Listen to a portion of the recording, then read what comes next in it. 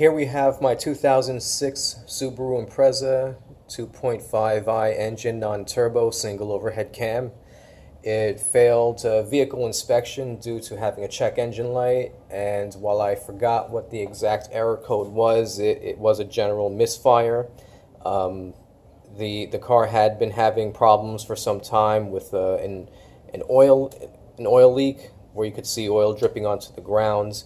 Acceleration had been getting bad, and the engine was running pretty unevenly, having a significant wobble where I could sit inside the driver's seat and see that the whole car is vibrating up and down.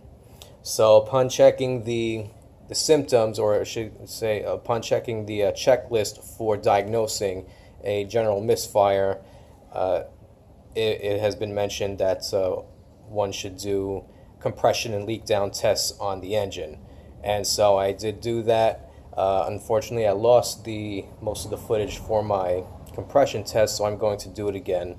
I did find bad compression in cylinder number 2, which is on the front driver's side of the engine, so it is the front driver's spark plug located right around here.